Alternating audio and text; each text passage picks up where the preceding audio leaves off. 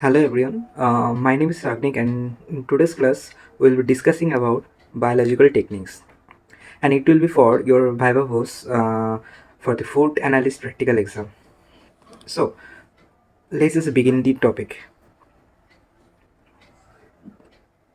So for the biological techniques, there are several assays we can utilize. Right here you can see DNA protein interaction techniques. जो आप अच्छे से देख सकते हैं इधर में ये क्या है DNA प्रोटीन इंटरेक्शन मतलब DNA के साथ प्रोटीन के इंटरेक्शन के थ्रू में हम लोग कोई पर्टिकुलर जो हम लोग का जो एक्चुअली टारगेट है उसको हम पता कर रहे हैं ठीक है for that we have different type of methodology it can be EMSA okay EMS electrophoretic mobility shift ऐसे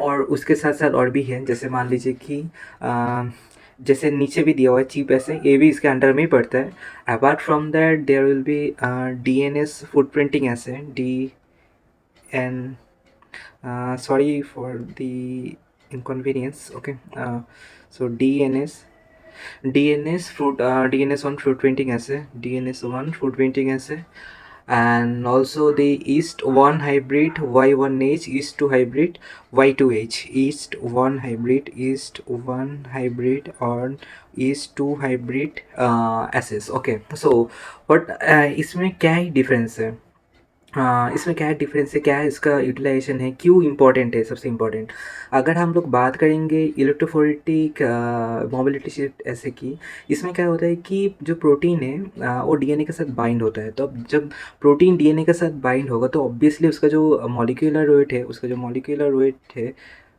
वेट जो होगा उसका क्या होगा इंक्रीज होगा अब अगर मॉलिक्यूलर वेट इंक्रीज होता है तो उसमें क्या होगा जब हम इलेक्ट्रोफोरेसिस रन करेंगे तो उसमें क्या आएगा सिंपली मॉलिक्यूलर वेट ज़्यादा होने के कारण से उसका जो मूवमेंट वो थोड़ा स्लो हो जाएगा मतलब मोबिलिटी स्लो हो जाएगा एंड अगर मोबिलिटी स्लो है तो उसके थ्रू हम लोग पता कर सकते हैं कि कौन सा नॉन बाइंडिंग है एंड कौन सा बाइंडिंग वाला कॉम्प्लेक्स है actually so this is a basic protocol okay and अगर मैं थोड़ा सा डीप बोलूँ तो इसमें क्या होता है कि एक हम लोग डीएनए प्रोब यूज़ किया जाता है ठीक है एक डीएनए प्रोब को यूज़ किया जाता है रेडियो एक्टिव फ्लोरेसेंट टैग के लिए ठीक है उसके बाद हम लोग क्या करते हैं उसको वो जो मिक्स लेवल डीएनए है उसके साथ प्रोटीन एक्सट्रैक्ट को मतलब मिक्स किया जाता है ठीक है जो लेवल डीएनए है उसको हम लोग प्रोटीन एक्सट्रैक्ट के साथ मिक्स करते हैं उसके बाद जाके इलेक्ट्रोफोरेसिस रन करते हैं किस में पॉलीएक्रिलामाइड जेल में एक्चुअली ये नॉन डीनेचुरेटिंग और नॉन डीनेचुरेटिंग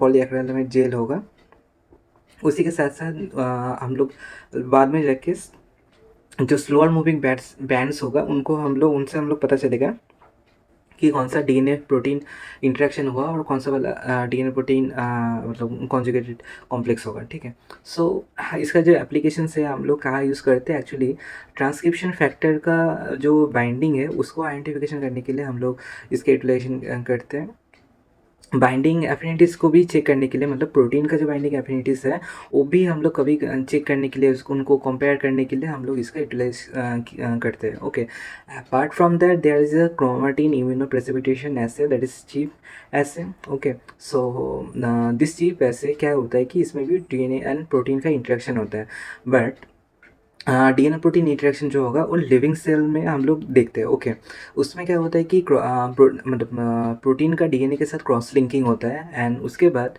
जो specific DNA and protein complex है उसको हम लोग थ्रू एंटीबॉडी उसको आइसोलेट करते हैं उसके बाद उसका प्यूरिफिकेशन वगैरह इजीली कर लेते हैं ठीक है अब इसमें बेसिक प्रोटोकॉल इतना ही है कि मतलब बेसिक बोलो ठीक है is not in depth okay and this videos are not in depth mechanisms and in depth ideology okay it's just for the five of us and I'm just giving you the basic fundamental understanding of these things okay so what how does it matter actually इसमें सिर्फ इतना ही है कि मतलब procedure क्या है इसका actually तो इसमें क्या होता है कि डीएनए जो है डीएनए क्रॉस लिंकिंग किया जाता है और प्रोटीन के साथ ओके फॉर्मेल्डिहाइड का यूटिलाइजेशन होता है इसमें और उसी के साथ साथ शेयर क्रोमेटिन जो है उसका यूटिलाइजेशन है सोनिकेशन एंड और एनी काइंड ऑफ इंजाइम्स मतलब टिपिकली स्पेसिफिक इंजाइम का यूटिलाइज किया जाता है तो उसमें क्या होता है क्रोमेटिन का शेयर क्रोमेटिन मतलब क्रोमेटिन को शेयर किया जाता है ओके उसके बाद जाके इम्यूनो प्रेसिपिटेशन एक पट्टावर बोलते हैं सो इसमें क्या होता है कि क्रॉस लिंकिंग होता है डीएनए एंड प्रोटीन्स का। ज़्यादा टाइम में फॉर्मल्डिहाइड का यूटिलाइजेशन किया जाता है। Apart from that sonication enzyme का उसके बाद जाके यूज़ किया जाता है for the shearing of the chromatins and then after the immunoprecipitation होता है एंटी प्रेसिपिटेशन किया जाता है किसके थ्रू में, एंटीबॉडी के थ्रू में, जो स्पेसिफिक टारगेटेड प्रोटीन को मतलब एक्चुअली टारगेट करता है। Okay, and reverse cross link के बाद जो डीएनए मिलता है उसको प्यूरिफिकेशन किया जाता है। ठीक है, सो उसके बाद जाके हम लोग क्या करते हैं, जो डीएनए है उसको पीसीआर, क्यूपीसीआर और सीक्वेंसिंग के थ्रू में हम लोग उसको एनालाइज करते हैं। इसका जो मेन फंडामेंटल है आपका ट्रांसक्रिप्शन फैक्टर का जो बाइंडिंग साइट से उसको लेके है, and also for this histone modification की जो स्टडी है उसके लिए भी हम लोग इसको यूटिलाइज करते हैं। सो आप याद रखिएगा कि एप्लीकेशन में अगर हम लोग बात करेंगे तो इसका यूटिलाइजेशन होता है ट्रांसक्रिप्शन फैक्टर का बाइंडिंग साइट्स को डिटेक्ट करने के लिए and also for the histone modification. Okay, apart from that there are also some other things like DNase one footprinting assay, जैसे मैंने आपको ऑलरेडी बोला था। सो DNase वन जो एंजाइम है वो रैंडमली आपका अनप्रोटेक्टेड डीएनए को काट करता है। जो प्रोटीन है उसके बाद जाके मतलब ऐसा है कि वो जो प्रोटीन जो बाउंड होगा उसके साथ, तो वो प्रोटीन क्या करेगा, उसको वो पर्टिकुलर स्पेसिफिक साइट को क्या करेगा, प्रोटेक्ट करेगा। So that's how it the footprint is was there. Okay, so from that we can understand the DNA binding site. Okay, so the मतलब ये एक्चुअली में डीएनए वन फुटप्रिंटिंग ऐसे जो है आपका डीएनए मतलब प्रिसाइज डीएनए का जो बाइंडिंग साइट्स है उसको डिटरमाइन करने के लिए यूटिलाइज होता है। जबकि yeast one hybrid and yeast two hybrid जो एसेस है वो हम लोग यूटिलाइज करते हैं for discovering novel transcription factors. Okay, you have to remember that. So apart from that, let's move to the next, PCR, and it is a very basic thing, and I know you have already gone through so many things, already gone through these topics. Okay, so I'm not just going to the what is PCR and all those terms because I think कि आप लोगों को ये already पता होगा, so I don't go for that. Simple बात बोलूँ तो पीसीआर का पर्पस क्या होना चाहिए कि पीसीआर यूटिलाइजेशन ऑफ पीसीआर क्या है एंड कितना साइकिल्स, सीटी नंबर्स, वो सब इम्पोर्टेंट है। बाकी मतलब for the Viber purpose actually. So if I ask you मतलब पीसीआर का पर्पस क्या है, सो पीसीआर का पर्पस इतना ही है कि जो डीएनए है, जो डीएनए एम्प्लीफिकेशन के लिए हम लोग क्या करते हैं, पीसीआर का यूटिलाइजेशन करते हैं। The most important thing is हम लोग क्या करते हैं, डीएनए का एम्प्लीफिकेशन करते हैं। कुछ कॉपीज ऑफ डीएनए से, मतलब कुछ अमाउंट ऑफ डीएनए, बहुत ही मिनिमल अमाउंट ऑफ डीएनए से एक शॉर्ट टाइम में मिलियंस ऑफ आपका उसका कॉपी हम लोग उससे जनरेट कर सकते हैं। That is why we have utilise PCR, and forensic science के लिए भी ये बहुत ही ज़्यादा इंपॉर्टेंट एक टॉपिक है। ठीक है, सो अगर मैं इसका बेसिक मॉडल के ऊपर बात करूँ तो ये भी आपका सेम एक्सपोनेंशियल मॉडल के ऊपर ही चलता है। That is n equals to n0 into 2 to the power n. Okay, so what is that actually. So N जो है आपका final number of DNA molecule है। एन ज़ीरो हम लोग उसको बोलेंगे initial DNA copies. Okay, and N is the number of cycles, मतलब कितना साइकिल्स हम लोग उसको रन करेंगे। सो अगर हम लोग के पास 100 कॉपीज़ हैं, सपोज वी हैव 100 कॉपीज़, और उसको हमें रन करना है, जस्ट नॉर्मल पीसीआर को रन करना है for the 30 cycles, supposedly for the 30 cycles, what we will going to get is bit short of space, 100 into 2 to the power 30. Okay, so the result could come around, the result can come around 100 billion copies. Okay, मतलब जितना मुझे लग रहा है कि ये number बहुत ज़्यादा हो जाएगा।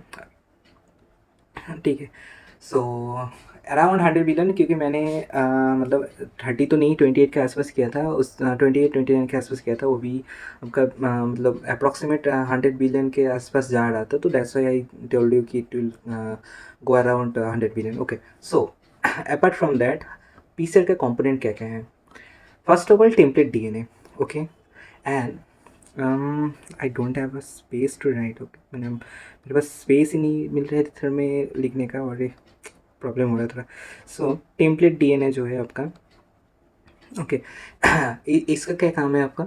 टेम्पलेट डीएनए एक एक्चुअली में जस्ट सेकेंड, जहाँ पे मैं था टेम्पलेट डीएनए, ओके एक्चुअली मुझे उसमें स्पेस नहीं मिल रहा था, that's why just change that. Okay so what is template DNA is actually इसका जो मेन फंक्शन है उसको आप याद रखना पड़ेगा। दैट इज़ ये जो है आपका, ये आपका कंटेन करती है पूरा सीक्वेंस जिसको हम लोग एम्पलीफाई करेंगे बाद में जाके। So it is a main thing. अगर ये नहीं होगा तो आपको पूरा पीसीआर का कोई मतलब ही नहीं बनता है। So that is a template DNA. And उसके बाद आपका आता है primers. Okay primers. So primers का जो फंक्शन है वो आपका, ये क्या करता है आपका, एक शॉर्ट डीएनए सीक्वेंस रहता है एक्चुअली में जो क्या करते हैं, जो फ्लैंकिंग रीजन्स है उसमें जाके वो बाइंड कर जाता है। ओके प्राइमर्स का मेन फंक्शनलिटी इतना ही है। उसके बाद जाके आपका टैक जो पॉलीमरेज है, इसके बाद जाके हम लोग देखेंगे कि टैकमैन जो मेथड है वो भी क्या है। तो टैक पॉलीमरेज जो है वो भी आपका इम्पोर्टेंट है। Sorry for my really disgusting handwriting. So tag polymerase क्या है आपका? सो सिंपली अगर बोलूँ तो मतलब इसका फंक्शनलिटी क्या है actually, it's a heat stable kind of enzyme. And एक इसका जो काम है एक्चुअली डीएनए सिंथेसिस में यूज़फुल है, ठीक है। उसके बाद जाके आता है आपका D N T P S, जिसमें आपका बहुत सारा चीज़ आता है, जिसमें आपका DATP आता है, DGTP आता है, DCTP आ सकता है, और सॉरी DCTP आ सकता है, और DTTP भी आ सकता है, ठीक है। ये क्या करता है आपका, ये आपका एक्चुअली में एक बिल्डिंग ब्लॉक्स प्रोवाइड करते हैं डीएनए जब वो जो एम्प्लीफिकेशन होगा उसके लिए, ठीक है। So apart from that last thing that is buffer. And सबसे इम्पोर्टेंट एक आयन यूज़ होता है ना, सबसे इम्पोर्टेंट है ये आयन आपका, क्योंकि ये बहुत ज़्यादा इम्पोर्टेंट है, ये Mg2+ आयन। ये आपका एंजाइम एक्टिविटी को मेंटेन करने के लिए बहुत ज़्यादा इंपॉर्टेंट है, बफर एंड ऑल दो स्टफ। बिकॉज आपको ये पता है कि बफर ही मतलब बफर सिस्टम में ही आपका मतलब कोई भी एंजाइम हो आपका वो एक सर्टेन पीएच में सर्टेन टेम्परेचर में वो रन करता है। तो that is why we need buffer for the proper मतलब for properly doing all those amplification part, okay. तो उसके बाद हम लोग आते हैं कि कितना नंबर ऑफ पीसीआर साइकिल्स हम लोग यूटिलाइज कर सकते हैं, ठीक है। सो जनरली हम लोग जब 20 to 25 साइकिल्स रन करते हैं तो उसमें क्या होता है कि जनरली बोल रहा हूँ, ठीक है, it's not a universal thing, okay. So for the 20 and 25 cycle count, इसका जो एप्लीकेशन ज़्यादातर रहता है वो आपका लो डीएनए इनपुट के लिए होता है, ठीक है। जैसे जैसे मान लीजिए जीनोटाइपिंग का काम है तो उसके लिए 30 to 35, for the 30 to 35। I know you guys thinking कि मतलब मैं राइट साइड में क्यों नहीं लिख रहा हूँ, but the problem is that मतलब I am not being able to utilize the whole part actually. I am recording it in the mobile, and that's why the problem arises. So I hope आप समझ पाए। सो उसी के साथ साथ ये क्या होता है 30 to 35 जो है वो स्टैंडर्ड एम्प्लीफिकेशन प्रोसेस है, मतलब हम लोग नॉर्मल जो एम्प्लीफिकेशन करते हैं तो वो 30 to 35 ही रहता है, ठीक है। उसको छोड़ के जब हम लोग 40+ साइकिल काउंट्स होता है जब, तो उसमें क्या होता है कि डीएनए का जब आप लो अबंडेंस होता है, मतलब बहुत ही कम अमाउंट में आपका डीएनए आप मतलब आइसोलेट किया होगा आपने, आपको बहुत मतलब मान लीजिए कोई फॉरेंसिक सीन है उसमें से आपको किसी कारण की वजह से बारिश हो या दूसरा कुछ कारण की वजह से there is a trace amount of DNA आपको मिला है। अब उसी डीएनए से आपको एक प्रॉपर एविडेंशियल मतलब प्रूफ रेडी करना, मतलब एविडेंस मतलब रेडी करना है आपको, तो उसके लिए आपको हाईली मतलब क्या बोलूँ बहुत ज़्यादा अमाउंट में आपको एम्पलीफाई करना ही पड़ेगा उसको। That is the that is the basic thing, मतलब 40+ इसीलिए हम लोग यूज़ करते हैं for the low abundance of DNA, okay. And generally it is utilised for 40+ जो मैंने बोला अभी, वो यूटिलाइज होता है ज़्यादातर आपका वो फॉरेंसिक सैंपल्स वगैरह के लिए, क्योंकि कभी कभी बहुत ही मतलब कम अमाउंट में आपका सैंपल मिलता है, ठीक है। So apart from that there is also CT value, okay. So what is CT value? CT value in PCR, actually in RT-PCR also. Okay, so RT-PCR. So as for the RT-PCR PCR और qPCR और the normally PCR, तो CT value क्या है कि CT value आपका एक ऐसा number है, ऐसा वैल्यू है आपका जो आपका साइकिल कितना साइकिल है वो रिप्रेजेंट करता है, जहाँ पे जो फ्लोरोसेंस है वो आपका बैकग्राउंड नॉइज से ज़्यादा हो जाता है। जो फ्लोरोसेंट वो एग्जिबिट कर रहा है वो बैकग्राउंड में जितना नॉइज़ है उससे ज़्यादा होगा जितना साइकिल में, that is called the CT value. So I think you could have understand. So अगर मैं सिंपली बोलूँ पर्पस ऑफ PCR, हम लोगों ने ऑलरेडी बात कर लिया है इसके बारे में। So next also I have talked about you about this double theory and the whole things. Okay, so this is the PCR components that I've already told you. So and this is the thermocycler in which the whole piece मतलब ये जो PCR है आपका, ये जो whole PCR programme है आपका, ये रन करता है हर एक सिस्टम, मतलब हर एक इंडिविजुअल एसेस के लिए ना ये अलग होता है, ठीक है। मतलब किसी का अगर दूसरा मतलब कोई दूसरा सैंपल है, किसी का अगर मान लीजिए कोई दूसरा बैक्टीरिया है, थर्मोफिलिक है, या दूसरा टाइप का मतलब फंजाई है, कोई भी कुछ भी है ना, उसके लिए अलग अलग जो एम्पलीफिकेशन है, अलग अलग जो प्रोसेस है उसको यूटिलाइज किया जाता है। हालांकि the main part remain same, but the protocol मतलब चेंज होता रहता है। And this is nothing but you already know about all those stuff, satin, guanine, cytosine, and thymine, so I'm not going into this. For the PCR steps, there are actually 3 steps, that is denaturing stage, annealing stage and the extending stage. So आपको इतना तो समझ आया, मतलब आपको इतना तो पता होगा ही, मतलब ये तो मुझे पता है क्योंकि ऑलरेडी आपका मेन एग्जामिनेशन तो ख़त्म हो चुका है। सो जो डबल स्टैंडर्ड DNA है उसको पहले वो डीनेचर्ड होता है 95 डिग्री ऑलमोस्ट 95 डिग्री सेंटीग्रेड में, ठीक है। उसके बाद जाके आपका एनिलिंग स्टेज आता है जिसमें प्राइमर वगैरह अटैच होता है। उसके बाद जाके देखिए एक्सटेंडिंग स्टेज आता है, जिससे एक मतलब एक सिंगल मतलब डबल स्टैंडर्ड DNA से 2 डबल स्टैंडर्ड DNA का जो DNA है वो रेडी हो गया, ठीक है। ओके, मतलब इंडिविजुअल एक स्टैंड से दो मतलब एक स्टैंड से एक और दूसरा जो स्टैंड होगा उससे भी एक, ऐसा करके आपका टोटल टोटल जो आपका साइकिल है वो चल मतलब सॉरी टोटल जो आपका स्टैंड नंबर है वो बढ़ता रहेगा, ठीक है, मतलब number of DNA samples. Okay, so देखिए सब कुछ तो हो गया, अब आते हैं हम लोग सबसे इम्पोर्टेंट पार्ट में, ठीक है, जो कि है आपका टैकमैन मेथड। ओके, सो टैकमैन मेथड क्या है? इसमें हम लोग क्या करते हैं, एक फ्लोरोसेंट सॉरी ये ऑलरेडी मैंने आपको बोल दिया था, ठीक है। So, okay, that is also RT-PCR. I just missed out. Actually, not, but it's a simple thing. It's actually utilizing the real-time PCR methodology or technique. Okay, so nothing else is there. So, इसमें क्या होता है कि जो RNA है उसको हम लोग cDNA में, RNA को cDNA में कन्वर्ट करते हैं किसके थ्रू में? रिवर्स ट्रांसक्रिप्टेस RT लिख रहा हूँ मैं सिंपली के थ्रू में, एंड उसके बाद हम उसको PCR में डाल के मतलब उसको एम्प्लीफिकेशन करते हैं। सो इसमें क्या होता है कि पहले तो आपका RNA जो है cDNA में कन्वर्ट होगा, जैसे मैंने आपको बोला। उसके बाद जाके जो cDNA है इसको हम लोग एज अ टेम्पलेट यूज़ करते हैं, और उसके बाद जाके क्या करते हैं मतलब जो जे इलेक्ट्रोफोरेसिस में रन करते हैं।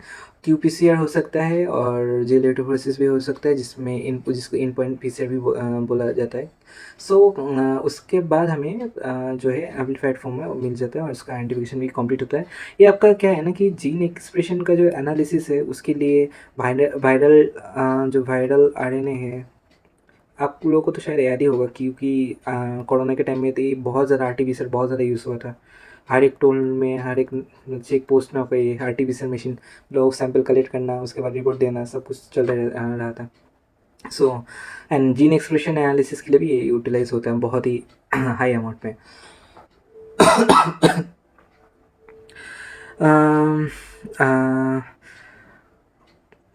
अ, एक्चुअली में देखिए इसमें थोड़ा सा लाइन लिखा हुआ है, आप थोड़ा सा पढ़ लीजिएगा, बट एक कुछ ज़्यादा कुछ नहीं है इसमें लिखा। ऐसे भी नहीं है कि ये स्टैंडर्ड जो पीसीआर है उससे इसीलिए डिफरेंट है क्योंकि स्टैंडर्ड पीसीआर में पूरा रिएक्शन जो होता है उसके बाद में जाकर हमें पता चलता है, जबकि इसमें रिएक्शन प्रोग्रेस होने के बीच में हमें पता मतलब आइडेंटिफिकेशन वगैरह हो जाता है। That's the main advantage over the normal और traditional PCR method. Okay, so इसमें क्या होता है देख सकते हैं आप, instead of measuring the end point we focus on the first significant increase in the amount of PCR product. Okay, मतलब पीसीआर प्रोडक्ट का जो इंक्रीमेंट है उसके ऊपर हम लोग फोकस करते हैं। And if there are only a few DNA molecule at the beginning of the PCR, then little product will be made. But if there are many starting molecules, then the product yield will be higher. तो ये simple बात है, जितना amount में product रहेगा उतनी amount में उसका प्रोडक्शन रहेगा होगा। ये तो बहुत ही नॉर्मल एक बेसिक जनरल बात है। So that is a TaqMan method. Okay, so इसमें क्या होता है, मैं सिंपली इसमें डायरेक्टली ना उसके इधर इतना बोलता हूँ क्योंकि देखिए पढ़ने आप ये पढ़ लीजिएगा, मैं आपको सिंपली बोल रहा हूँ कि है क्या। आप मान लीजिए कि पीसीआर जो है हमें टैकमैन जो है एक्चुअली कुछ नहीं है। TaqMan is is a modified methodology for the Q PCR और the real time PCR. Okay, इसमें क्या होता है, हम लोग एक फ्लोरोसेंट प्रोब को यूज़ करते हैं जो क्या होता है, जो टारगेट सीक्वेंस है उसके साथ बाइंड कर जाता है। सो ये जो रिपोर्टर डाई है देख सकते हैं जैसे कि आप रिपोर्टर डाई है, ये आपका है आपका ग्रीन सर्कल में दिया हुआ है, जबकि रेड सर्कल में आपका दिया हुआ है क्वेंचिंग डाई है। ठीक है, जो क्वेंचिंग के लिए जो यूटिलाइज होता है वो डाई हम लोग रेड से इधर डिफाइन किया है। ठीक है, और ये आपका टैकमैन प्रोब जो अभी मैं बोल रहा था, वो टैकमैन प्रोब में जो बेसिक स्ट्रक्चर वो यही है। ठीक है। सो इसमें क्या होता है, इसमें टू टाइप ऑफ फ्लूरोफोर्स रहता है। ठीक है, दो टाइप का फ्लूरोफोर रहता है। जैसे ऑलरेडी मैंने आपको बोला कि एक रिपोर्टर है, जैसे ये भी एक फ्लूरोफोर है, क्यू भी एक फ्लूरोफोर है, तो दो फ्लूरोफोर हो गया ना। सो इसमें क्या होता है, रिपोर्टर प्रोटीन जो आपका ग्रीन फ्लोरोसेंट प्रोटीन जीएफपी बोला जाता है, और इसको हम लोग बहुत नॉर्मली मतलब एज जनरली यूज़ करते हैं। ओके, और इसके साथ साथ देखिए ये जो आपका जो प्रोब है एक्चुअली में टेम्पलेट डीएनए के साथ अटैच और अनअटैच फॉर्म में रहता है, and then the polymerase acts and the quencher fluorophore जो आपका लॉन्ग वेवलेंथ कलर डाई होता है, सच एस रेड, मतलब उसका वेवलेंथ ज़्यादा है। अब ये तो पता ही है आपको, भीप जियोड में आर सबसे लास्ट में आता है। ठीक है, भीप जीवन में आपका आर सबसे लास्ट में आता है। दैट्स वाई जो आपका जो वेवलेंथ का जो रेंज है नैनोमीटर में अगर मैं बोलूँ तो वो अप्रॉक्सीमेटली तो आपको पता ही होगा 380 से जनरली स्टार्ट होता है, कोई 380 टू 400 से स्टार्ट होकर के 700 तक की रेंज में रहता है। सो इस जो रेंज में है लास्ट की जगह में आपका ये रेड फ्लोरोफोर रहता है। ओके, एंड ये जो है ना आपका इसका जो reduces the fluorescence from the reporter fluorophore and short wavelength color such as green. Okay, this the last जो point है, the reporter dye is found on the 5 degree end of the probe and the coincide at the 3 degree end. Okay, so आप देख सकते हैं कि अगर question पूछा जाए कि आपका जो रिपोर्टर डाई है तो कौन से एंड में आपका प्रोब के कौन से एंड पे आपका बाइंड होता है, तो आपको इसका आंसर यही देना चाहिए कि जो रिपोर्टर डाई है आपको 5 डिग्री में आपका बाइंड होता है, जबकि आपका क्वेंचर जो है आपका वो आपका 3 डिग्री एंड में बाइंड होता है और अटैच होता है। आप क्या देख रहे हैं, ये जो आपका इमेज है इसमें अभी क्या हो रहा है, सिंपली देखिए। ये जो टैकमैन प्रोब है आपका वो टेम्पलेट डीएनए के साथ एक स्पेसिफिक साइड में वो बाइंड हो जाएगा। ओके, आफ्टर जो आफ्टर डीनेचुरेशन ऑन ऑल दो स्टेप्स क्या होगा, रिएक्शन को जो है कूल हो जाएगा, एंड प्राइमर भी क्या होगा एनिल करेगा डीएनए के साथ। ओके, हो गया। अब ये सब कुछ होने के बाद हमें इसको हटाना है। ओके, सो अब क्या करेंगे, अब हम लोग इसको क्या करेंगे, हम टैग पॉलीमरेज को यूज़ करेंगे जो न्यूक्लियोटाइड्स को ऐड करेगा, एंड उसके बाद जाके जो एंड उसके बाद जाके हम लोग उसको टैकमैन जो प्रोब है उसको हम लोग टेम्पलेट डीएनए से रिमूव करेंगे। ये जो टैकमैन प्रोब है इसको हम लोग डीएनए से रिमूव कर देंगे। एंड उसके बाद क्या होगा, अगर वो डीएनए से रिमूव हो जाता है तो उसमें क्या होगा कि आपका जो ये जो पूरा बाइंडिंग का पूरा सिलसिला था उसमें क्या हो रहा था कि बाइंड होने के बाद जाके आपका जो एक फ्लोरोसेंस इमिट कर रहा था वो आप फ्लोरोसेंस इमिट करना बंद कर देगा, क्योंकि कोइंसिडेंट एंड रिपोर्टर दोनों एक दूसरे से बिछड़ गए हैं, ठीक है। सो अब अगर दोनों एक दूसरे से बिछड़ गए हैं तो अभी जो फ्रेट प्रोसेस के थ्रू में इसको ब्लॉक कर रहा था इसके एमिशन को, तो ये भी कम हो जाएगा। सो इसके थ्रू में हमें पता चलता है कितनी तेज़ी से कितने टाइम में वो पूरा जो प्रोसेस है वो कंप्लीट हो रहा है, क्योंकि जितने लंबे टाइम लगेगा उतने लंबे टाइम तक हमें लाइट जो है आपको देखने को मिलेगा, जैसे कि आप इधर में देख सकते हैं। उसके बाद देखें क्या होता है। The reporter dye is released from the extending double-stranded DNA created by the Taq polymerase and away from the coenzyme dye. The light emitted from the reporter dye in an excited state cannot be observed. Okay? मतलब ये जो dye है हम लोग उसके बाद जाके हम लोग उसको ऑब्जर्व कर सकते हैं। The specification and quantification of the light emitted during the real time are fairly involved in the complex. Okay, simply बात बोलो तो ये जो फ्लोरोसेंस है इसको हम लोग डिटेक्ट करते हैं, that is why it is important. Okay, तो इसमें क्या सिंपली देख सकते हैं हम क्या हो रहा है कि क्वेंचिंग डाई जो है आपका रह गया है मैंने आपको बोला कि क्यू एंड आर दोनों एक दूसरे से अलग हो गया है। अब अगर क्यू एंड आर दोनों से अलग हो गया है तो आप आर का जो इमिशन है, अभी तो आर का जो इमिशन है वो तो आपका रुक नहीं रहा है, क्योंकि इससे पहले क्या था फ्रेट के कारण से आपका आर का जो इमिशन है वो इनहिबिट हो रहा था। आप क्यू और आर दोनों एक दूसरे से मतलब बिछड़ गए। सो अभी आर एक इंडिविजुअल मतलब मतलब क्या बोलो फ्लोरोसेंट कंपाउंड है, तो उसका तो इमिशन अभी आराम से दिखाई देगा ना। सो इसके जो इमिशन है उसके थ्रू में हम लोग पता कर सकते हैं कितना मतलब जो प्रोडक्शन है वो हो रहा है, मतलब एप्लीकेशन वगैरह जो भी है वो कितना हो रहा है वो हम इससे पता चल सकता है, क्योंकि ऑलरेडी टैग पॉलीमरेज ने ये जो जगह है उसको भर दिया है। ओके, मतलब जितना भी है वो सिंथेसिस कर दिया है, ये जो सीक्वेंस है इसको सिंथेसिस कर दिया है। ओके,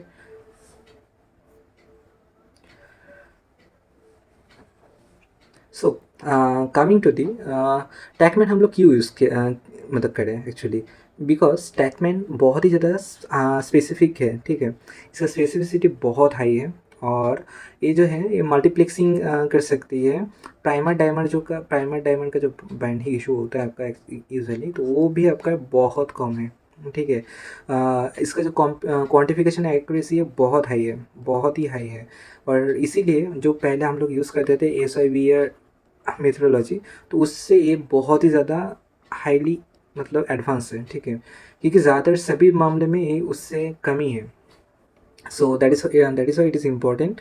सो अगर मैं दूसरे इम्पोर्टेंट चीज़ों में बात करूँ तो क्वेश्चन ये हो गया थोड़ा सा थियोरेटिकल पार्ट। अभी आते हैं हम लोग थोड़ा सा इम्पोर्टेंट कुछ मतलब क्वेश्चंस क्या हो सकता है, नहीं हो सकता है, या फिर क्या है। सो फर्स्ट क्वेश्चन कि टैकमैन मेथड जो है उससे मतलब SBI ग्रीन से क्यों वो बेहतर है। The first thing will be higher specificity, जिसमें आपका क्या है नॉन स्पेसिफिक बाइंडिंग इशू जो SIBR ग्रीन में होता था।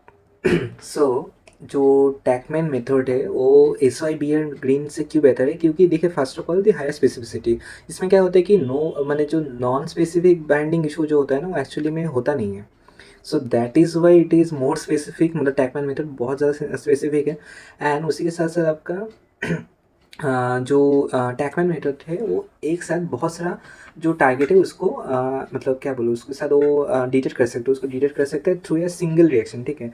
तो ये बहुत ज़्यादा एक एडवांटेजेस पार्ट है। दूसरा आपका है जो इस क्वांटिफिकेशन है बहुत ही ज़्यादा जैसे मैंने अभी बोला आपको कुछ टाइम पहले कि कोई भी प्राइमर टाइमर का जो इंटरफेरेंसेस है वो नहीं रहता है इसमें, that is why it is very much important, ठीक है।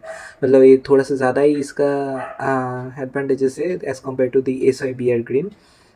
एंड मॉलिक्यूलर डायग्नोस्टिक्स में अगर क्यों हम लोग यूज़ करेंगे, so it can be a question that what are the applications of the TaqMan method in molecular diagnostics.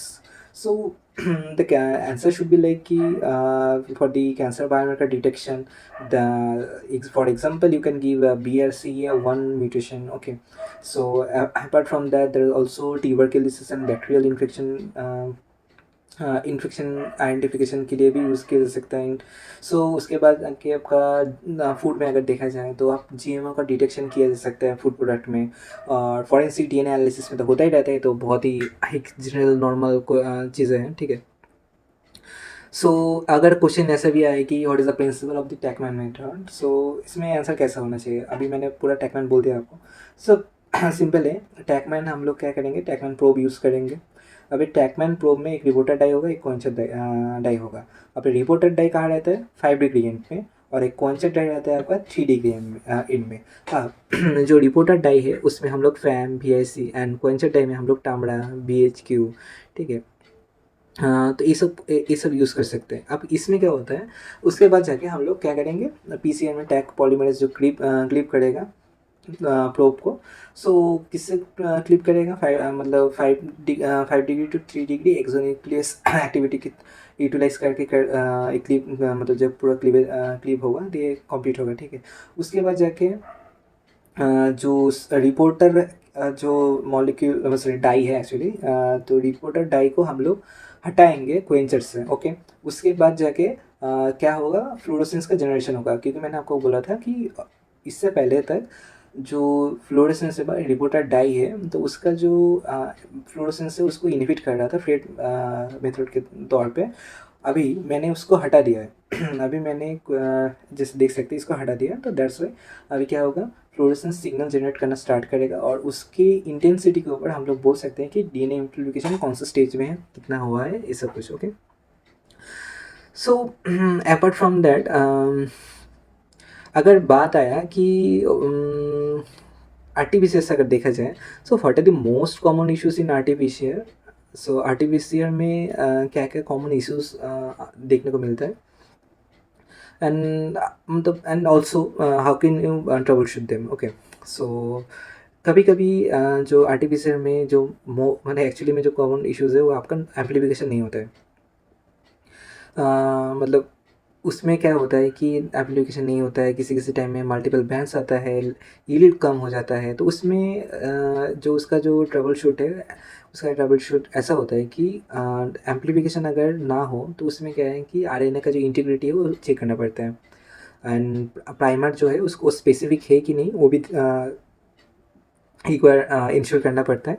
उसके बाद जाकर मल्टीपल बैंड अगर आ गया तो उसके लिए हम लोग एनीलिंग टेम्परेचर जो है उसको हम लोग थोड़ा ऑप्टिमाइज़ कर सकते हैं, प्राइमर को रीडिज़ाइन कर सकते हैं। अगर लो यील्ड हुआ तो उसके लिए हम लोग क्या कर सकते हैं कि MgCl2 कॉन्सेंट्रेशन का जो है उसका जो थोड़ा सा ऑप्टिमाइज़ कर सकते हैं, साइकिल नंबर को यूटिलाइज़ कर सकते हैं, जैसे मैंने ऑलरेडी आपको बोला था। सो ये गया आपका एक और एक question for the RT-PCR। So what are the key steps in RT-PCR। अगर क्वेश्चन ऐसा है तो आपको तो ऑलरेडी मैंने बोला है, फिर भी मैं और एक बार रिपीट करता हूँ। RNA आइसोलेशन होगा, उसके बाद रिवर्स ट्रांसक्रिप्शन होगा, उसके बाद PCR एम्प्लीफिकेशन होगा, and then after the detection method will be done. Okay, so for the RNA isolation it is simply the RNA extract को सेल से कलेक्ट किया जाता है, देन जो RNA है उसको हम लोग cDNA में कन्वर्ट करेंगे कॉम्प्लीमेंट्री DNA में। तो उसके बाद एक्चुअली अच्छा ओके, अब ये RNA टू cDNA में कन्वर्शन किससे होता है, रिवर्स ट्रांसक्रिप्टेज, जो कि ऑलरेडी मैंने पहले बोला था, याद रखिएगा। उसके बाद जाके PCR से एम्प्लीफिकेशन किया जाता है, स्पेसिफिक प्राइमर का यूटिलाइज किया जाता है उसके लिए, एंड उसके बाद जाके एगारोस जेल में RT-PCR रन किया जाता है। और फ्लोरेसेंस के लिए QRT-PCR जैसे टैकमैन वगैरह हो गया, वो सब कुछ यूटिलाइज किया जा सकता है, ठीक है। सो इसमें एक इम्पॉर्टेंट बात है, एक है आपका नॉर्मल मतलब एक है आपका RT-PCR, एक है आपका रियल टाइम PCR जो QRT-PCR के नाम से भी जाना जाता है, ठीक है। इसमें क्या होता है कि नॉर्मली अगर डिफरेंस पूछा जाए कि what is the difference between RT-PCR and QRT-PCR, it should be like the RT-PCR में पर्पस जो होता है आपका cDNA से RNA मतलब सी डी एन ए जो आर एन ए से हम लोगों ने कन्वर्ट किया था, तो उसको एम्पलीफाई करना है।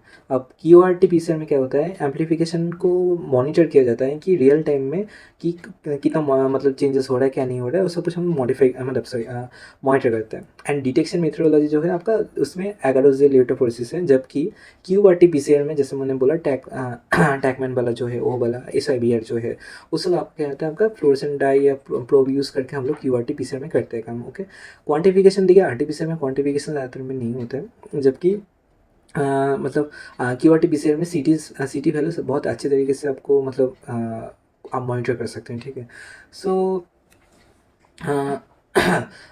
अगर मैं ये भी पूछूँ कि ओके, अगर एक जस्ट सेकेंड मैं थोड़ा सा ये स्लाइड देख लेता हूँ, क्वेश्चन क्या क्या हो सकता है इससे, मतलब आज क्या क्या हुआ था और क्या क्या था। ओके, रियल टाइम और आरटीपीसीआर से भी थोड़ा सा बोल देता हूँ। आरटीपीसीआर में रिवर्स ट्रांसक्रिप्शन क्यों ज़रूरत है? आरएनए सैंपल के लिए आरटीपीसीआर में रिवर्स ट्रांसक्रिप्शन की ज़रूरत है। The question can be like why is reverse transcription necessary for RNA samples? The answer should B कि आरएनए जो है आपका वो एम्पलीफाई डायरेक्टली हम लोग नहीं कर सकते पीसीआर के थ्रू में। That is why we have to convert it to the complementary DNAs और DNAs. Okay, then use sorry and using किसकी यूजिंग कि किसको यूटिलाइज करके रिवर्स ट्रांसक्रिप्टिस को याद रहेगा आई गेस, ठीक है। आर टी आई गेस आपको याद रहेगा। That is why we are utilizing that. The answer should be like the RNA cannot be amplified directly by PCR. It must be it must be converted to complementary DNA and utilizing the reverse transcriptase. Okay. And also please remember the reverse transcriptase part. Okay, it's very important. सो और एक question ऐसा आ सकता है कि मतलब आ सकता है, मतलब मैं जस्ट जनरली बोल रहा हूँ कि नॉर्मली इस टाइप का क्वेश्चन रहता है। सो what is the difference between 1 step and 2 step RTPCR? So the question the answer should be like कि 1 स्टेप आरटीपीसीआर जो है आपका रिवर्स ट्रांसक्रिप्शन एंड पीसीआर को जो है कंबाइन करता है, ठीक है, और उसको एक सिंगल ट्यूब में वो कंप्लीट करता है। जबकि 2 स्टेप आरटीपीसीआर में क्या होता है कि रिवर्स ट्रांसक्रिप्शन जो प्रोसेस है वो एकदम ही सेपरेटली होता है, जबकि जबकि आपका पीसीआर जो है आपका उसके बाद जाकर डिफरेंट ट्यूब में कंप्लीट होता है। सो एक मेजर डिफरेंस हो जाता है। सो क्यू पीसीआर में हम लोग रेफरेंस डाई क्यों यूज़ करते हैं, जैसे कि आर ओ एक्स, ठीक है। अब उसका यूटिलाइजेशन क्यों होता है? ये एक्चुअली ये रेफरेंस डाई जो है या हम लोग इसको यूटिलाइज इसलिए करते हैं कि उसको इसलिए यूटिलाइज किया जाता है कि जो फ्लोरोसेंस का जो वेरिएशन है वो थोड़ा सा कम हो, उसको हम लोग थोड़ा सा जो एरर आता है तो उसको मतलब पिपेटिंग एरर हो सकता है का ऑयल का पोजीशन जो है उसको उसके लिए भी आ सकता है। सो उसको थोड़ा अवॉइड करने के लिए हम लोग क्या करते हैं, और उसको थोड़ा अवॉइड और नॉर्मलाइज करने के लिए हम लोग क्या करते हैं, ये रेफरेंस डाई जो है वो यूटिलाइज करते हैं। So there is also a question कि जो आपका मेल कार्ब एनालिसिस किया जाता है ना एस आई बी आर जीन क्यू पी सी आर में, क्यों किया जाता है? So it should be and the answer should be जो प्राइमर डाइमर एंड जो नॉन स्पेसिफिक एम्पलीफिकेशन का जो प्रॉब्लम मैंने ऑलरेडी बोला था पहले कि एस आई बी आर में आता है। सो उसको हम लोग चेक करने के लिए हम लोग क्या करते हैं, ये जो मेल कार्ब एनालिसिस हम लोग ये परफॉर्म करते हैं, ठीक है। सो इसके लिए क्या करते हैं, मेल्टिंग टेम्परेचर को मतलब जो पिक्सर का प्रोडक्ट निकला है मतलब बना है एक्चुअली, तो उसको हम लोग क्या करते हैं, उसका मेल्टिंग टेम्परेचर एनालिसिस करते हैं इसमें। सो ये भी हो गया आपका कुछ R T P C R based मतलब बेसिक से बेसिक क्वेश्चन, ठीक है। सो आई गेस ये तो आपको समझ आया होगा, ठीक है। So apart from that there are actually numerous questions, okay, मतलब मैं तो सिंपली इतना बोल सकते कि बहुत सारा क्वेश्चन मतलब होता है इसमें, ठीक है। ओके, एक सिनेरियो बोल रहा हूँ, ठीक है। एक सिनेरियो ऐसा है कि आप एक रियल टाइम पीसीआर या क्यू पीसीआर आप कर रहे हैं, ठीक है, क्यू पीसीआर आप परफॉर्म कर रहे हैं। सो क्यू पी सी एम करने के टाइम में क्या हो रहा है कि किसको यूटिलाइज कर रहा है, एस वाई बी आर जो है उसको यूटिलाइज कर रहा है, इस S I B R green detection system को यूटिलाइज कर रहा है। रिएक्शन रन करने के बाद जो फ्लोरोसेंस का जो सिग्नल है, जो फ्लोरोसेंस सिग्नल है, फ्लोरोसेंस सिग्नल को एफ एस लिख रहा हूँ मैं, ठीक है। फ्लोरोसेंस सिग्नल जो है वो फ्लैट ही रह रहा है, उसमें कुछ कोई कार्व नहीं आ रहा है, कुछ दिखाई नहीं दे रहा, मतलब वो सेम ही रह रहा है। जैसे जस्ट फॉर एग्जांपल मैं बोल रहा हूँ अभी, जैसे ऐसे रह रहा है, ठीक है। सो अगर ऐसा हो रहा है, हाँ इसके ये कहाँ पे हो रहा है, सैंपल एंड पॉजिटिव कंट्रोल दोनों कंडीशन में सेम ऐसे ही हो रहा है, ठीक है। तो इसके पीछे कारण क्या हो सकता है, एक सिचुएशनल क्वेश्चन है, so that's how I am just asking you कि इसका कारण क्या हो सकता है। सो इसका कारण आप अगर मैं सिंपली बोलूँ इसके कारण एक ही हो सकता है, क्यों अब याद कीजिए थोड़ा, क्योंकि हम लोग इसमें R D N A sorry R N A को, मतलब मेरे सॉरी ट्विस्ट टंग ट्विस्ट हो गया, ट्विस्ट ऑफ टंग सॉरी, पूरा बात कर वो। सो इसमें हाँ क्या होता है कि जो सी डी एन ए जो है ना वो प्रेजेंट ही नहीं रहता है, मतलब आरएनए से तो सीडीएनए कन्वर्शन होगा, उसके बाद जाकर सब कुछ होगा ना। तो इसमें क्या होता है कि रिवर्स ट्रांसक्रिप्शन का जो स्टेज है वो मे भी फेल हो सकता है। तो दैट ऐसा भी हो सकता है कि आरएनए जो है वो डिग्रेड हो जाए, रिवर्स ट्रांसक्रिप्टेज का स्टेज जो है वो फेल हो सकता है, ठीक है। सो और आरएनए जो है डिग्रेडेड हो गया, ठीक है। और मतलब ऐसा कुछ हो सकता है इसीलिए इसका जो सॉल्यूशन होता है ज़्यादातर टाइम में हाउस कीपिंग जीन जो होता है उसको रन किया जाता है, जैसे G A P D H, okay. Apart from that और एक जो प्रॉब्लम हो सकता है वो है आपका क्यू पी सी आर में जो रिएजेंट ऐड किया जाता है तो वो शायद करेक्टली ऐड किया नहीं गया होगा।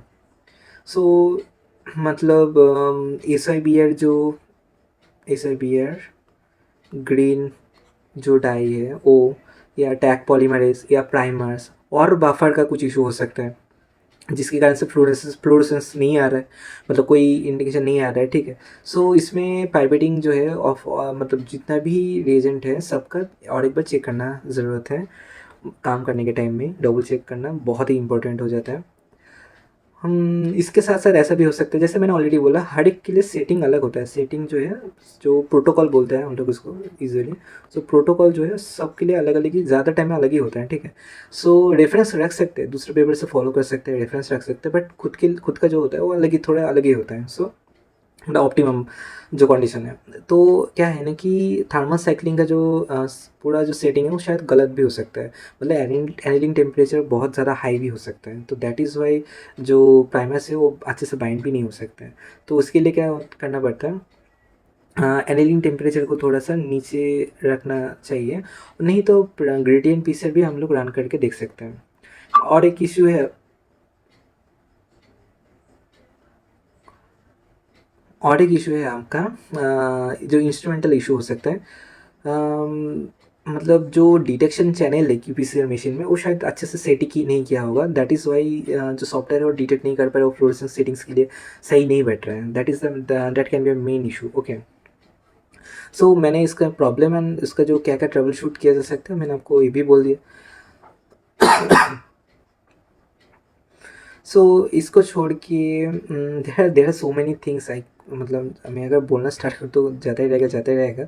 So I think this class need to be ended right now, okay. नहीं तो बहुत ही बड़ा हो जाएगा, क्योंकि और भी बहुत सारा सीनरीज है जिसमें हम लोग इसका जो ये जो इशू में हम बोल रहा था इसका देख सकते हैं, ठीक है। मतलब जैसे मान लीजिए कि एक आर्टिफिशियल कर रहे हैं जिसमें हम लोग मतलब जीन जो आरएनए से हम लोग कलेक्ट किया है उसको हम लोग क्या करेंगे, सिंपली उसको एम्पलीफाई करेंगे, ठीक है। और बैटरी सेल से हम लोगों ने कलेक्ट किया था, ओके। सो 11 लेटर फोर से रन करने के बाद इस याद रखिएगा इसमें एस आई बी आर नहीं यूज़ किया गया है, ठीक है, अभी अभी तक, ओके। सो इसमें क्या है, after running the whole 11 letter process कोई भी बैंड जो बैंड है वो विजिबल नहीं है, ठीक है। सो जो डीएनए का जो लैडर है एंड पॉजिटिव कंट्रोल जो है वो विजिबल है, जबकि सी डी एन ए पीसर का जो प्रोडक्ट लेन में आपका कोई भी बैंड विजिबल नहीं है। So what can be the cause, okay. जो एम्प्लीफिकेशन नहीं हुआ है इसके कारण से। सो और इसका क्या क्या मतलब आप इसका करेक्शन क्या हो सकता है, करेक्शन मेजर्स क्या हो सकता है। So it can be like कि आरएनए का डिग्रेडेशन, फिर से सेम चीज़ आएगा ठीक है। ऐसा हो सकता है कि आरएनएस जो है, आरएनएस एंजाइम जो है उसका कॉन्टामिनेशन हुआ है, उसके कारण से आपका आरएनए डिग्रेडेशन हो गया, इनसफिशिएंट हो, या फिर मतलब जो रिवर्स ट्रांसक्रिप्शन स्टेप है वो किसी कारण से मतलब फेल हो गया है, किसी भी स्टेज में किसी भी टाइप में वो फेल हो गया। प्राइमर का जो डिज़ाइन है वो बहुत ही मतलब पोर सिलेक्शन हुआ है उसका, ठीक है, मतलब अच्छे से सिलेक्ट नहीं किया गया है। हैंडलिंग टेम्परेचर जो मैंने ऑलरेडी बोला है आपको, एंड ऑल्सो दी मतलब जो आपको मैंने बोला था D N T P S, all those stuffs, primers, polymerase and buffers, ये सब कुछ आपको शायद कोई इसमें से कोई कंपोनेंट शायद मिसिंग भी हो सकता है, पीसीआर साइकिल कम भी हो सकता है। सो उसके लिए क्या करना पड़ता है, for the very first thing that I have told you, I think it is R N degradation, right, I think it is R N A degradation, ये तो मुझे याद आ रहा है, ठीक है। सो अगर आर एन एस कॉन्टेमिनेशन के कारण से ऐसा हुआ है तो आप एक काम कर सकते हैं, आर एन ए की इंटीग्रिटी चेक कर सकते हैं एगाडोजिल इलेक्ट्रोफोरेसिस को रन करके, और नैनोड्रॉप को यूटिलाइज करके भी आप कर सकते हैं, जिसमें 260/280 का जो रेशो है उससे हमको पता चल जाएगा।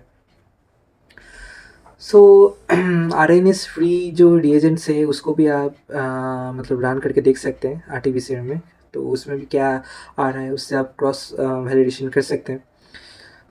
ऑल्सो आप मैंने ऑलरेडी बोला था आपको कि जो हाउसकीपिंग जीन कंट्रोल है उसको हम लोग यूटिलाइज कर सकते हैं इसमें, अगर वैलिडेट करना है कि रिवर्स ट्रांसक्रिप्शन हुआ मतलब आरटी हुआ कि नहीं हुआ है, तो उसके लिए जो हाउसकीपिंग जीन कंट्रोल्स है हम लोग उसको यूटिलाइज कर सकते हैं, जैसे कि G A P D H, G A P D H and beta actin, okay. So इसको हम लोग यूटिलाइज कर सकते हैं। बाकी तो टेम्परेचर वगैरह उसको सेट करना है, पीसीआर साइकिल वगैरह को ठीक करना है, वो सब कुछ तो अपन सेम ही होगा, उसमें तो कोई अलग कुछ नहीं है, ठीक है। So this are some of the important, मतलब मुझे लगा कि ये सब कुछ आपको मतलब थोड़ा सिचुएशनल क्वेश्चन है, आपको जानना ज़रूरत है। चलिए और एक क्वेश्चन आपके लिए बोल देता हूँ। सपोज एक पीसीआर एक्सपेरिमेंट हो रहा है, ठीक है, जिसमें क्या हो रहा है, एक 500 बीपी का जो जीन है उसको हम लोग क्या करेंगे, जो हम लोगों ने बैक्टीरियल जो डीएनए उसको कलेक्ट किया है, ठीक है। अब उसको हम लोगों ने एगारोजेल इलेक्ट्रोफोरेसिस ए जी लिख रहा हूँ, ठीक है, ए जी ई, ओके। सो इलेक्ट्रोफोरेसिस रन किया, उसके बाद फिर से सेम प्रॉब्लम है, कोई बैंड दिखाई नहीं दिया आपको सैम्पल लेन में, जबकि आपका डीएनए लेटर जो है, डीएनए का जो डीएनए लेटर जो आपने यूज़ किया था वो आपका, sorry for my ridiculously bad handwriting, DNA letter जो है आपका वो विजिबल है। सो क्वेश्चन यहाँ भी ये आता है, इसके पीछे पॉसिबल रीज़न क्या हो सकता है। इसका जो रीज़न हो सकता है दैट कैन बी, जो डीएनए टेम्पलेट है फिर से सेम आएगा, ठीक है, पैटर्न समझ लीजिए। डीएनए जो है और डीएनए सैंपल जो है और डीएनए टेम्पलेट जो है, एक्चुअली टेम्पलेट जो है टी लिख रहे सब में, डीएनए टेम्पलेट जो है आपका प्रेजेंट ही नहीं है, या फिर डीएनए जो है डिग्रेड हो गया। पीसीआर का जो सेटअप है उसमें कुछ इश्यूज हैं, जैसे ऑलरेडी मैंने बोला था कि पॉलीमर्स हो, प्राइमर्स हो, डीएनटीपीस हो या बफर हो, वो नहीं है, कि कोई एक सेटिंग शायद मिसिंग है, या फिर मतलब कुछ प्रॉब्लम हुआ है उसके साथ, कॉन्टामिनेशन भी हो सकता है। सो हाई हो सकता है और लो भी हो सकता है, एनिलिंग टेम्परेचर उसके लिए भी रीज़न है, और टैग पॉलीमरेज जो है वो इनएक्टिव भी हो सकता है, ठीक है। सो इनहिबिटर भी प्रेजेंट हो सकता है, जैसे कि ईडीटी है, फिनॉल, इथानॉल, ये सब जो भी है ये भी प्रेजेंट रह सकता है, इसके आंसर भी नहीं आ सकता है, ठीक है। और साइक्लिंग का जो कंडीशन है वो भी बहुत कम रहने से भी आपका जो रिजल्ट है वो नहीं आ सकता है। सो उसके लिए फिर से सेम ही करना है, 260-280 एंड एगारोजल में रन करना है, एंड उसके बाद जाके जो पीबीटिंग है वो आराम से अच्छे से कर लेना है, ठीक है। पीसीआर का जो जितना भी रिएजेंट्स वगैरह है उसका, एंड एनिलिंग टेम्परेचर ऑप्टिमाइज़ करना पड़ेगा आपको। उसके बाद जाके टैग पॉलीमरेज आपका फंक्शनल है कि नहीं वो देखना पड़ेगा, एंड डीएनए सैंपल को थोड़ा सा डाइल्यूट करके देखना है कि मतलब इनहिबिटर्स जो है वो भी आपका रिड्यूस हो रहा है कि नहीं, मतलब ये चेक करना पड़ेगा कि जो इनहिबिटर्स है उसका कॉन्सेंट्रेशन में रिड्यूस हुआ कि नहीं थ्रू दिस मेथड ओनली। और जो पीसीआर का जो नंबर है वो थोड़ा सा इंक्रीज कर किया जा सकता है। So this are the basic कुछ क्वेश्चंस मैंने सोचा था कि ये इम्पोर्टेंट हो सकता है। हालांकि ऐसा नहीं कि मैं बोल रहा हूँ कि ऐसे आएगा। आई am not doing any type of wrong steps, okay, this type of things, okay. So simple बात ही नहीं है, क्या है नहीं है अब ये पट्टा काट दो। सो एक चीज़ है और एक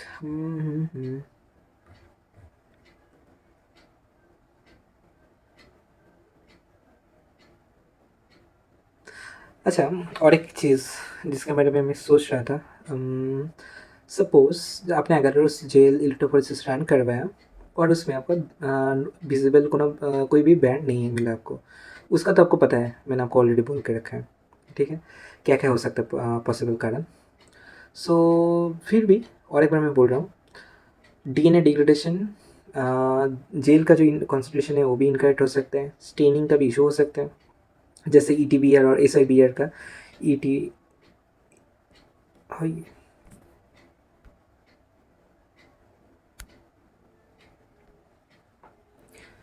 जैसे ईटीबीआर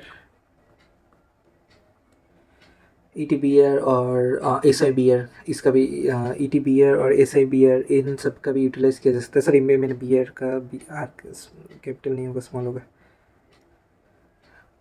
सो ई टी तो स्मॉल ही है, ठीक है, टी स्मॉल है, B R, okay. So E T B R S I B R में सब कैपिटल होता है, ठीक है। तो इसका जो प्रॉपर स्ट्रेनिंग किया करना पड़ेगा ठीक से, अगर नहीं हुआ है तो एक्रोजेल का कॉन्सेंट्रेशन को ठीक से मेंटेन करना पड़ेगा। तो वो भी एक इम्पॉर्टेंट चीज़ है।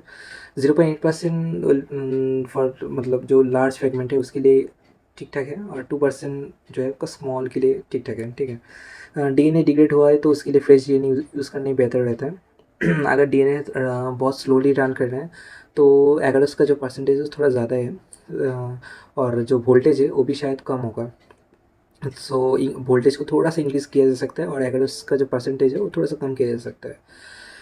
डीएनए अगर बहुत जल्दी मतलब रन कर रहा है और थोड़ा सा फास्ट जा रहा है तो उसमें हम लोग आराम से क्या क्या बोल सकते हैं, उसका कारण जो है अगर उसका जो है कॉन्सेंट्रेशन थोड़ा कम है, ठीक है, और वोल्टेज जो है थोड़ा ज़्यादा भी है, ठीक है। अब उसको ऑब्वियसली आप उसके हिसाब से आप ऑप्टिमाइज़ करेंगे, मतलब कॉन्सेंट्रेशन को थोड़ा इंक्रीज़ करेंगे, वोल्टेज को थोड़ा रिड्यूस करेंगे, सिंपल बात है।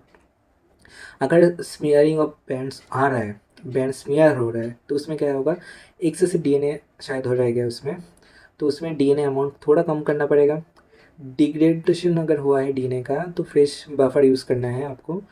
कॉन्टामिनेटेड बफर रहता है तो उसके लिए भी आपको एक बार उसको पहले चेक कर लेना पड़ेगा। अगर बैंड बहुत फेंट रहता है, ठीक है, तो उसमें क्या होगा, कॉन्सेंट्रेशन ऑफ डीएनए बहुत लो है, डीएनए ऐड करना पड़ेगा। और नहीं तो और एक कारण भी हो सकता है आपका स्टेनिंग अच्छे से नहीं हुआ है, तो स्टेनिंग का जो एक्सपोजर है थोड़ा सा इंक्रीज़ करना पड़ेगा। सो आई थिंक मतलब पीसीआर एंड इससे रिलेटेड जितना भी चीज़ें हैं मैं आपको मतलब अच्छे से बोल पाया हूँ, ठीक है। आई थिंक्स आप लोगों इससे थोड़ा हेल्प आपको शायद मिलेगा। सो दैट इज़ वाई मैंने आपको बोला है। ठीक है, लास्ट वन थिंग, इसमें तो जगह नहीं है तो मैं इसमें बोल रहा हूँ। अगर मान लीजिए कि पीसीआर मशीन को रन किया, ठीक है, पीसीआर मशीन रन हो रहा है तो इसमें कुछ प्रॉब्लम्स भी आ सकता है। आपको शायद इससे भी क्वेश्चन आ सकते हैं कि अगर मान लीजिए कि एम्प्लीफिकेशन नहीं हुआ, फेंट बैंड आया, तो उसमें क्या होगा, मतलब कारण क्या होगा उसका। टेम्पलेट का क्वालिटी ख़राब हो सकता है, डीएनए कंसंट्रेशन का जो है कम हो सकता है।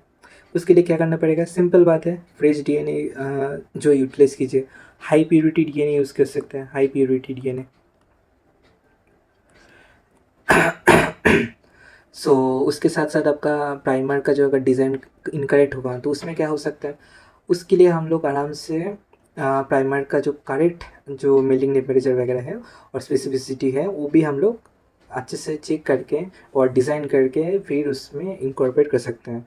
टैग पॉलीमरेज अगर इनएक्टिवेट हुआ तो उसके लिए हमें जो एंजाइम का जो एक्टिविटी है वो थोड़ा सा चेक कर लेना पड़ेगा पहले। इनकरेक्ट अगर एनालिटिक टेम्परेचर है तो उसको भी मतलब वो भी एक कारण हो सकता है। उसके लिए हम सॉल्यूशन नहीं है कि ऑप्टिमाइज़ करना पड़ेगा एनालिटिक टेम्परेचर को। अगर मान लीजिए मल्टीपल नॉन स्पेसिफिक बैंड आया, multiple M N S B लिख रहा हूँ, ठीक है, पर एस बी लिख रहा हूँ, ठीक है। अगर मल्टीपल नॉन स्पेसिफिक बैंड्स आ रहा है तो उसमें क्या होगा, उसमें आप उसका कारण क्या होगा, उसका कारण होगा आपका लो प्राइमर स्पेसिफिसिटी, जो एक बहुत ही मेजर इंपॉर्टेंट चीज़ें हैं। लो प्राइमर स्पेसिफिसिटी जिसके सॉल्यूशन में we can utilize the method that और thing that is increasing the analytic temperature. Okay, अगर मतलब बहुत सारा साइकिल रन कर लिया तो उसके लिए भी नॉन स्पेसिफिक बैंड आ सकते हैं, ठीक है। तो उसके लिए हमें रिडक्शन करना पड़ेगा साइकिल नंबर में, ठीक है। सो उसके साथ साथ अगर मान लीजिए कॉन्टामिनेटेड रिएजेंट्स रह गए तो उसमें उसके लिए भी एक प्रॉब्लम आ सकता है। तो उसके लिए फ्रेश रिएजेंट्स यूज़ करना ही सबसे बेहतर होता है। तो क्वेश्चन ऐसे भी आ सकता है कि why you should have to utilize the fresh reagents all the time when you are performing the PCRs and और एलाइजा और दो स्टाफ्स। ओके, तो इसके लिए पीसीआर के लिए तो आपको पता आई गेस समझ आ ही गया होगा कि मल्टीपल नॉन स्पेसिफिक बैंड्स आ सकते हैं, जिस ठीक है। सो प्राइमर टाइमर फॉर्मेशन जो है वो भी एक मैंने बोला था एक मेजर प्रॉब्लम है। सो अगर ये भी किस लिए हो सकता है, इसका अगर हाई प्राइमर कॉन्सेंट्रेशन रहता है तो उसके लिए भी होता है। कभी कभी पोर प्राइमर जो डिज़ाइन है उसके लिए भी होता है, ठीक है। इसमें क्या होता है कि पोर प्राइमर डिज़ाइन में आपका सेम कॉम्प्लीमेंट्री जो एक्टिविटी है एक्चुअली वो दिखाई देता है। अब हाई प्राइमर कॉन्सेंट्रेशन अगर कारण है तो उसके लिए हम लोग क्या कर सकते हैं, प्राइमर का जो कॉन्सेंट्रेशन है उसको थोड़ा सा रिड्यूस कर सकते हैं। जबकि पोर प्राइमर जो डिज़ाइन किया गया था, तो जो प्राइमर जो है हम लोगों ने बहुत ही गंदे तरीके से डिज़ाइन किया होगा।